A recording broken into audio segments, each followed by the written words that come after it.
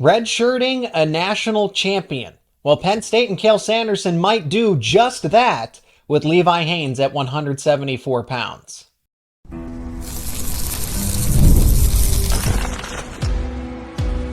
You are Locked On Nittany Lions, your daily podcast on the Penn State Nittany Lions. Part of the Locked On Podcast Network, your team every day. Levi Haines looks like he's making the move to 174 pounds. Carter Starocci calls out Ferrari, but would that match ever actually go down? And the Beaver Stadium dual meet might not be happening anytime soon. This is Locked On Nittany Lions. I'm your host, Seyko, and thanks so much for making us your first listen and watch every single day. We are free and available wherever you get your podcasts, including YouTube, and so much to catch up on when it comes to Penn State wrestling, and that's why we're talking to the expert himself, the voice of Penn State wrestling, Jeff Byers, also the morning show host at 98.7 FM Fox Sports in-state college. You can stream it at 987thefox.com. Today's episode is brought to you by Game Time. Download the Game Time app, create an account, and use promo code LOCKEDONCollege for $20 off your first purchase. Terms apply. Jeff, Levi Haines isn't officially announcing that he's moving to 174, but actions speak louder than words. And I want everyone to be a part of this conversation. Has implications for Penn State's wrestling lineup as Haines officially enrolls at 79 kilos for the World Team Trials. Well, that equates to 174.2 pounds. The cat is out of the bag here. Levi Haines can't make the cut anymore to 157. This was something we speculated a lot in the offseason. Mitchell Messenbrink is cemented at 165, meaning that the only place to go is up and then up again. And 174 makes the most sense, but Alex Facundo's there. Zach Ryder is coming in. We've talked about Haines being a legitimate redshirt candidate here. Jeff, from your perspective, what exactly is going on now with Haines as he's officially competing at freestyle at what is 174 pounds? Yeah, I think it's going to be fun to see how it all plays out, to be honest with you, Zach. I do think Levi at 174 makes a ton of sense for him and probably for the program, but certainly there was no way. He was remarkably disciplined last year to hold 157, but it was no question a pull for him. And I just think with his frame and his continued growth and development, 174 just makes a lot of sense and the natural progression for him as he moves through his collegiate career. But as you said, the interesting thing is he obviously still has the red shirt available to him. Mm-hmm. Alex Facundo, I think, is a guy that probably gets overlooked a lot right now by Penn State fans. And I know he didn't do what he wanted to do in terms of getting on the podium as a freshman, but he was right there 2 years ago with everybody in the country. I mean, it wasn't like he wasn't competitive with anybody and everybody at that weight. Well, now with 2 years of experience under his belt, he is a very tough out. And I'll tell you, Zach Ryder is a special kind of wrestler too. Absolutely. And he is coming in college ready. And this is when we talk about the embarrassment of riches that Penn State has right now. I would argue, and I don't think I'm overstating it, I really don't. I realize I'm coming at this from the Penn State perspective for sure, but I really think they legitimately have three national title contenders at that one weight heading into this season. Obviously, you only wrestle one guy, and I think there's a couple of options that they have here. I don't know that any of those three necessarily want to redshirt. I don't know that anybody's raising their hand saying, hey, just redshirt me. I think one of the neat things about this room right now is all of these guys are competitive. They all realize what a special opportunity it is to be part of this program and these teams right now. And nobody wants to sit out while watching all of the fun unfold in this season and the upcoming ones. So, but one of the nice things they have available to them now is these kids can wrestle in dual meets and still retain the red shirt status. So I don't know how this is going to play out, but it is certainly not something that needs to be decided by November. They can wait and see, wrestle these guys, let them go out and compete in tournaments, see who comes out on top. And I don't know. I've had people say you get a little bit of a feel in the room in practice, but it's different there than if you're actually competing with the idea of the starting spot being on the line. And, obviously it's hard to bet against Levi Haines, but watching Alex Facundo's continued development and seeing what Zach Ryder continues to do, against not just competition in this country, but from other countries, I don't think you're going to make a lot of money betting against any of these three guys. So, my guess would be, and it really is just a guess, is that Facundo will end up being the guy because you have the ability to redshirt both Ryder, and in a lot of ways, redshirting Ryder would make sense. Let him continue to develop through this true freshman campaign, and let Levi get a little more comfortable at 174 and adjust to the weight. So that, to me, would make the most sense. But I don't know that Ryder or Haines are necessarily thinking, yep, let's go ahead and redshirt and let me sit back this season. And I'm guessing, again, truly guessing, but I'm guessing you'll see all three of them in some team competitions, whether it's dual meet or team scoring tournaments, at least through those first couple of months of the season. And then I think by January, they're going to want to, all right, this is our guy. They being the coaches, they're going to want to go with whoever they're figuring the starter is going to be, and go ahead and let him get the matches to develop the national credentials for seeding in the postseason. I agree with you, too, that in the case of Alex Facundo, he is extremely being overlooked by Penn State spectators, wrestling spectators. Remember, this is Facundo who takes the red shirt and goes out and wins Pan Am gold. And if you look back at the Olympic trials, and I get it, this is freestyle, maybe that is Facundo's specialty compared to folk style, which people argue that, Facundo's a really good freestyle wrestler, but Levi Haines probably has him in folk style. Well, when they went up against each other head to head, Facundo did win at the Olympic trials. Now, I think that's a little unfair because Haines wasn't wrestling totally in terms of intensive freestyle training the entire time, just came off of a collegiate season, whereas Facundo had been doing that, and now Haines is still starting to get a little more adjusted here. So it is not a safe bet one way or another, if you say, because it does take time to get adjusted to not only one weight class move, but two weight classes. That's what Levi Haines is going from 157 to not 165, but 174, where Alex Facundo was always going to be one way or another when he returned to the in-house competition for Penn State. Yeah, I think that's all exactly right. And to me, again, do I think Levi could go out and win a national title wrestling at 174 this year? Yeah, but do I think he'll be at his best at 174 as compared to a year later, the 25-26 campaign? Yes. No, because again, his body just is going to be more adjusted, and I think he will go at 74 this year. Obviously, I think he will be a true 74-pounder the following season. Meaning not forcing to cut weight. Right. He'll be making the cut. And I don't think it'll be a crazy cut for him, but I do think it'll be a cut. And I think he'll have more of the mass. Again, I think his frame, to me, is perfect for 174. He has the long limbs, the broad shoulders. I think 174 is going to be a really good home for him. And again, I think he's going to be more than capable of competing at a very high level there this year, but I think he will truly be comfortable there and have everything in place to compete at the highest possible level that following year. Mitchell Messenbrink is part of this discourse as well, because the natural move would be the speculation to flip-flop them.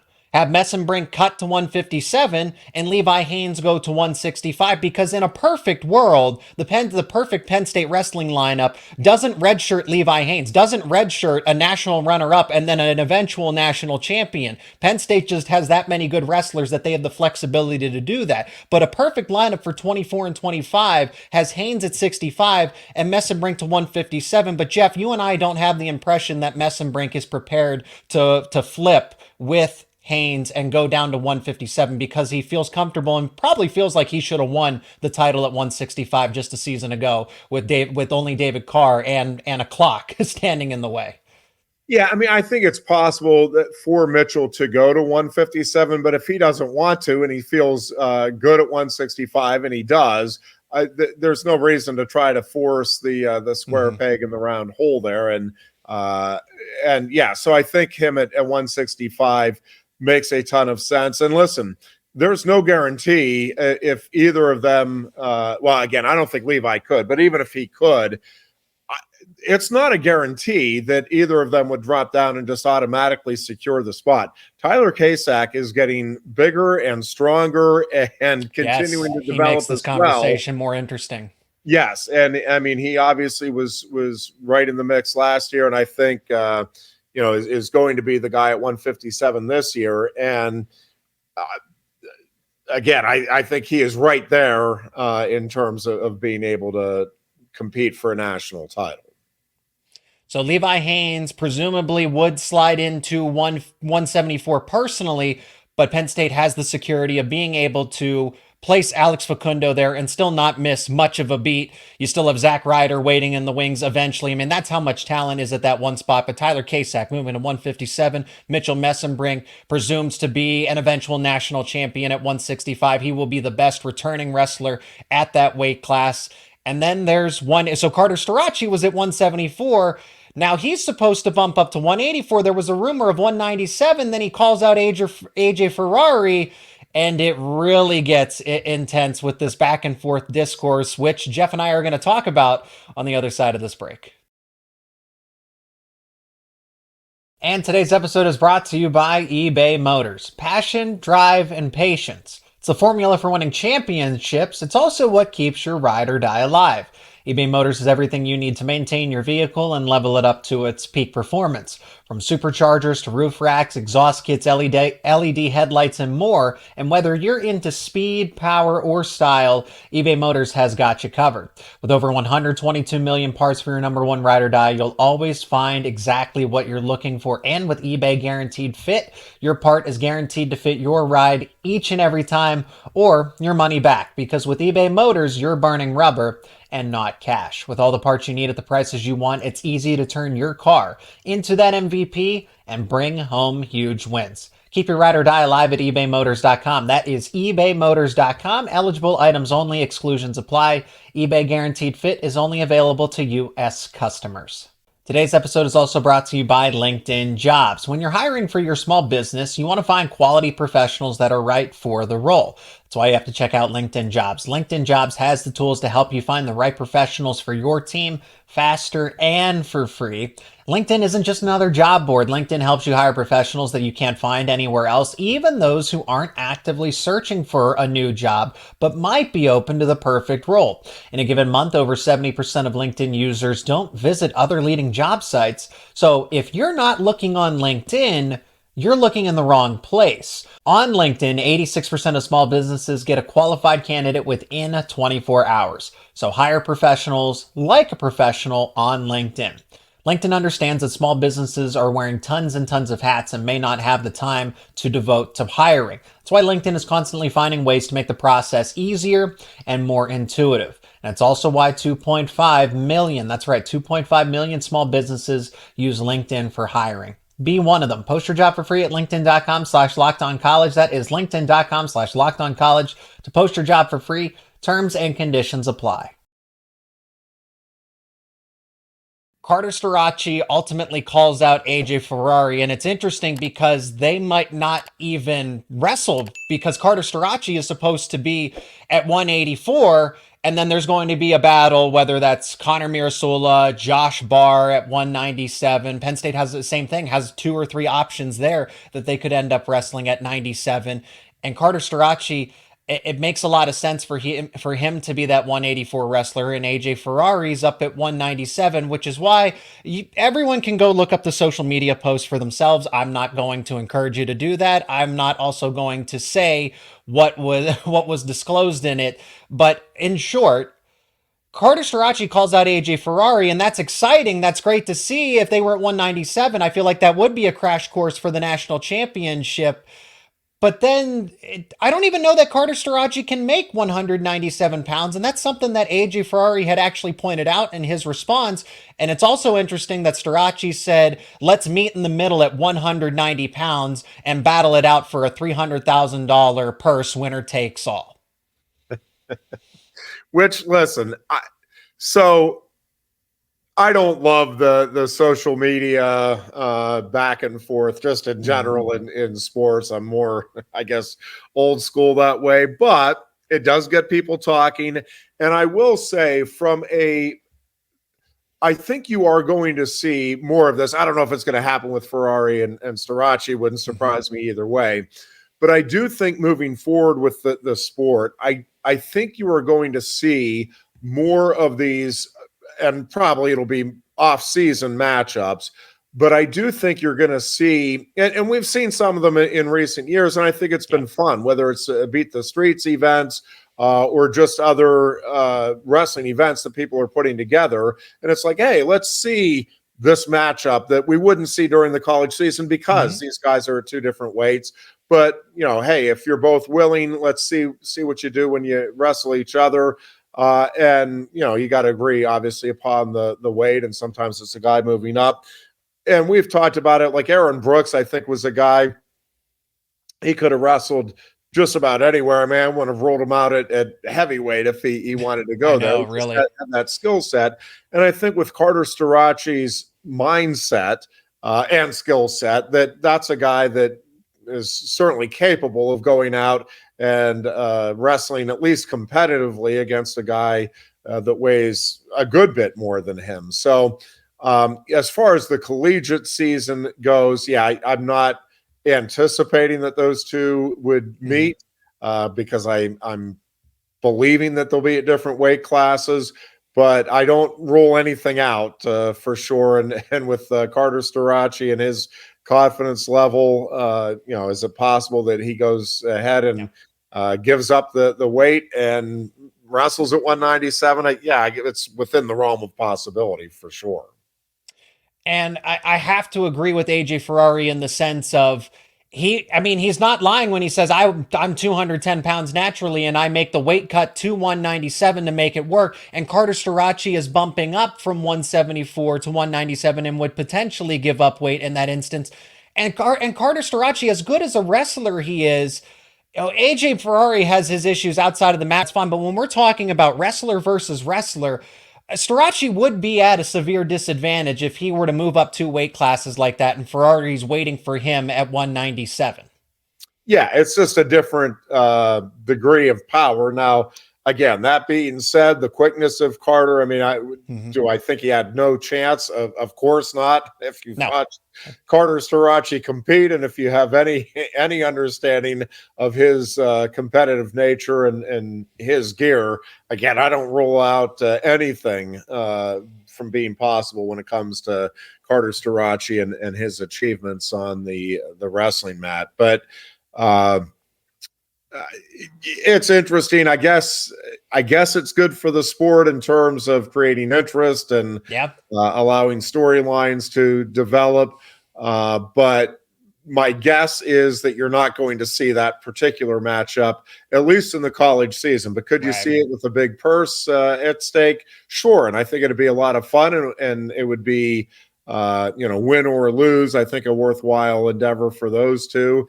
And it would certainly get fans talking, and I think they'd be able to raise, certainly I think the $300,000 purse is not unreasonable for what fans would be willing to pay to go see a matchup like that.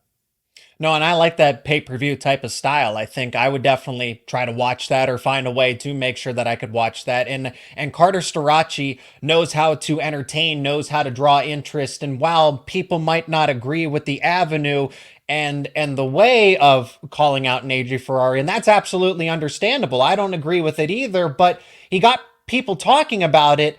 And I from what I imagine, there's not any severe consequences other than people just don't agree with Carter set out to send out a message, and it was heard. And I don't think Carter cares what you and I might say about it or what other people might say about it, but it got people talking about it. And there's just wrestling still is facing an uphill battle when it comes to overall promotion. It's not like a UFC or anything else. It needs it needs people like Carter Starocci to find a way to push it into the spotlight a little more than it already is.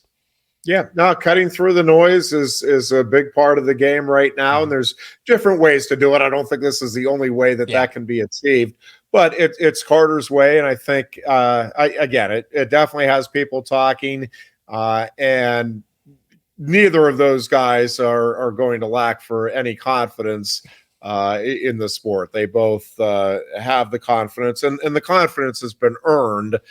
By the way, it's not a false confidence for sure. Both those guys absolutely work their tails off to get themselves in position to be able to compete at the highest level.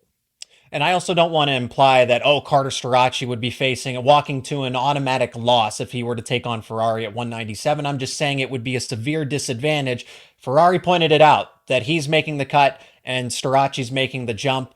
If you have the high ground, you just already have that slight advantage there. I'm just saying it's a disadvantage for Starocci, and he'd have to work that much harder to make it an even battle. But Jeff, I think the bigger conversation in terms of Penn State wrestling in itself, so yes, Carter Starocci is a Penn State wrestler. Where does he factor in the lineup? It's not going to be at 197 unless they absolutely need him there. The natural weight class is going to be 184. And everybody wants to talk about Starocci versus Ferrari, but I think the matchup that is logical and should not be overlooked by any stretch of the imagination is Starocci and Parker Kakaisen, as they would be on the crash course at 184. Which could be, a fascinating match. Yes. No question in and of itself. And again, Parker is just a terrific, from everything we know, and I mean, I've met him a couple of times just briefly, and he sure comes across like just a great kid and a great ambassador of the sport. And I think that has the potential to just be must-see viewing for wrestling fans. Certainly a little bit of a contrast in styles, certainly a contrast in personalities, but I think it would be a really fun match and about as good a wrestling bout as you'd be able to see in the upcoming season. Now, speaking of unprecedented bouts, how about all in one place for a dual meet at Beaver Stadium? $107,000 for a Penn State wrestling dual meet against who? Oklahoma State, Iowa. Unfortunately, I'm here to tell you, Penn State fans, that you might have to wait for that one. We'll talk about that on the other side of this break. Today's show is brought to you by Factor Meals. If you want no mess, no prep meals, you go with Factor. If you want meals that are ready in under 2 minutes and still allow you to meet your wellness goals, you go with Factor. Factor meals are great because you have so many different options to choose from. You have 35 different meal options, as well as more than 60 add-ons to choose from every week, so you'll always have new flavors to explore. You can crush your wellness goals with dietitian-approved meals and ingredients that you can trust. You can make your entire day delicious. Breakfast, lunch, dinner, dessert, you stay fueled with easy, nutritious options. Treat yourself to restaurant quality meals that feature premium ingredients like filet mignon, shrimp, blackened salmon. Keep the kitchen time to a minimum. Factor meals are ready in just 2 minutes. No shopping, prepping, cooking, or cleaning up. Head over to factormeals.com/LockedOnCollege50 and use promo code LockedOnCollege50 to get 50% off your first box plus 20% off your next month. That's code LockedOnCollege50 at factormeals.com/LockedOnCollege50 to get 50% off your first box plus 20% off your next month while your subscription is active. Today's episode is also brought to you by Home Field Apparel. Hey, college sports fans, fall is here, and that means one thing. College football is back, and to make sure you're ready, we partnered with Home Field, the exclusive apparel sponsor of our show, to bring you their Can't Miss Kickoff 2024 campaign. Home Field is the go-to when it comes to premium collegiate apparel, crafted with comfort in mind and featuring vintage designs that'll make you the envy of any tailgate. With over 180 schools, including Penn State, to choose from, there's something for each and every fan. But the real MVP is the Home Field Platinum Football Box. This is your all-access pass to exclusive gear for the 2024 season. With 3 never-before-seen items from your school, plus VIPs get even more, like a special hat and the 2024 Platinum Pass for early access and discounts all season long. And Penn State wrestling fans, there is wrestling gear available at Home Field Apparel as well. So don't wait. Head over to homefieldapparel.com and gear up today, and you can use my promo code WEARE24, that is WEARE24, for 15% off at checkout. All you got to do is go to homefieldapparel.com. Let's make this season unforgettable. The Beaver Stadium duel, Carter Starocci was one of the first ones to, of course, push the conversation, talk about it, tease it a little bit. And it is a hefty task for a Pat Kraft, a Cael Sanderson to pull this off. It would have to be before the season, weather permitting, of course, too. Wrestling typically starts around November, and then the thick of the schedule is December, January, around Christmas, winter break. And Jeff, you and I have the sense that it's not going to happen this season, and that's something that's going to take another cycle to plan for the ultimately and hopefully the 2025-26 season, meaning it's not going to happen in 2024. Yeah, there's a lot of logistics that go into it. I do think you're going to see a Penn State wrestling match in Beaver Stadium, just not in the upcoming season. I don't know for sure if it'll be next year or the following year or how that'll play out. But I do think you're going to see it at some point in the relatively near future.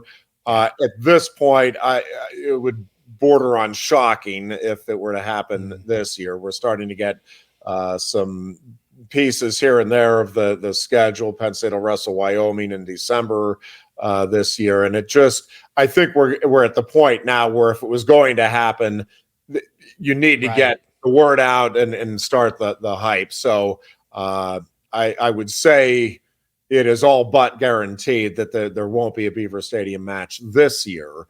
But again, I do think it's something that's going to happen. There is a lot to the logistics of it. And, one of the things, and I don't know what all went into the decision to not do it this year, but one of the things you really have to make sure you have solidly in place, and I know Iowa had it for that Oklahoma State meet when they did it at Kinnick, is, all right, if there is inclement weather, you have to have that contingency plan. These are the folks that get into the Jordan Center then, and you got to make the call as to when the deadline is that you'll announce that move, so you know which tickets are good then at the Jordan Center, how that translates. Like, everybody has to know that going in, and there has to be something provided, whether it's, all right, you can still come and watch in the rain at Beaver Stadium, we'll have the video display up there, or however it's handled, but you have to make sure everybody understands the policy, the procedures that are in place for that. And then obviously there's a lot just involved in making sure the field is okay and handling it, making sure the staffing is good for whatever the attendance would end up being, all of those things. And I don't know what all led to the decision not to do it this year, but there is a whole lot that goes into pulling off an event like that. I imagine this would have to be scheduled at no later than the first or second week of November, because that's when the inclement weather really starts to set in as far as cold goes, mixing in with that rain that can turn it into, quote unquote, the wintry mix, as meteorologists might call it. But in the middle of October, and again, you have to be able to compromise with football. What is the football team doing? Because you are renting their venue.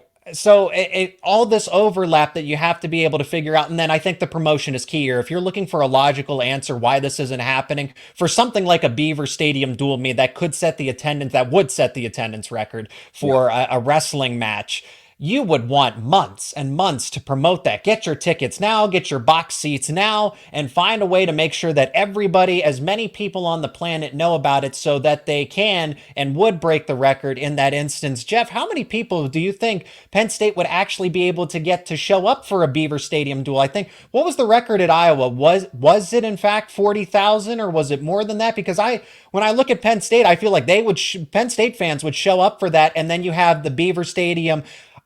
Let's factor in the Beaver Stadium renovations too. I think that's part of it, is that the renovations are going on, so it's why it isn't this time around. But when everything's done in a perfect world, could you see what, 60, maybe 70,000 pour in for a Penn State wrestling Beaver Stadium dual meet?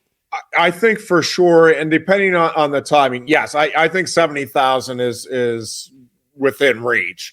And I think part of it is, yes, getting how you go about the promotion and getting it out early and loud and clear. And also, like Iowa did it on a football weekend. And so, that's the other part of it is, do you do it, either on a Friday or a Sunday of a Penn State football weekend, and can you tie it in promotionally and or with some sort of a deal for the season ticket holders of one or the other or both? Again, there's a lot of things that can come into play there. But yes, I think if it's done right, I think it is entirely possible that you could get 70,000, maybe more than that, in for a wrestling match, just because of how unique it would be. I think certainly you'd get all the wrestling fans that were able to get there. But I think you could get a lot of people who are just casual sports fans, and some that aren't even sports fans. I don't know. This sounds like a really cool opportunity to be part of a unique experience. Let me sign up and go be part of that. Now, part of that is, what's the price point there? How do you handle it in regards to, again, season tickets for football season ticket holders, for wrestling season ticket holders? A lot of that stuff, I think you got to figure out, okay, this is how we can maximize this. But yes, with Penn State wrestling being what it is right now, with the Beaver Stadium improvements being what they are, and moving forward, I think that the opportunity is there to at least get 70,000 in my mind, to be able to turn out for something that would be that unique and that special in the sport. Jeff, let's finish with this. Who is at the top of the list? Who is Pat Kraft, Cael Sanderson making the first phone call to when it comes to this hypothetical Beaver Stadium dual meet? The first schools that come to mind is obviously the master versus the student. Cael Sanderson versus David Taylor now at Oklahoma State, and then maybe in Iowa if Oklahoma State were to turn it down. Michigan and Ohio State, because outside of that you can't. And it's no disrespect to a Cornell or maybe an NC State. I'm just trying to think of some of the other schools that are in or around the top 10, but you need brand power. Oklahoma State has national brand power.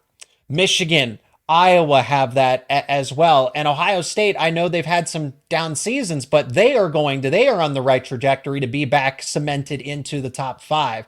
I feel like outside of those 4 schools, Penn State doesn't really have any other options that they would probably go with, but it starts with Oklahoma State, and then it's kind of whatever 3 schools you want to rank in whatever order. I think that's how it would go for which opponent they would try to make that call to.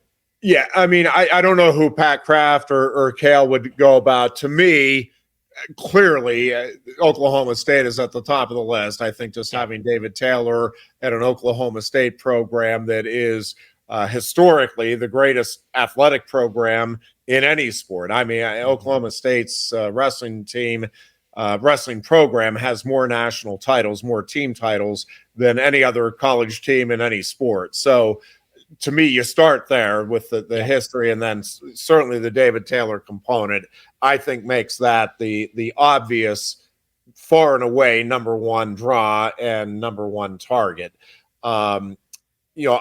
I would think Ohio State would probably be, to me, the next target, just because that's a shorter trip. I think you can get a good number of Ohio Ohio State and just Ohio wrestling fans, high school wrestling fans, that would make that trip to be able to go to Beaver Stadium. Iowa fans would come for sure, but I just think in the numbers, if you're driving versus flying, more people are going to be willing to make the drive, and I think you can get a lot of people driving in from Ohio State. So to me, Ohio State would be next on that list, just the Penn State-Ohio State rivalry in general. Iowa and Michigan would be certainly great draws. I'm not sure. Again, you'd get a lot of fans. Part of it would be how much in advance can you promote? Are there any kind of deals that those schools can put together for their fans to come in mass and that sort of thing?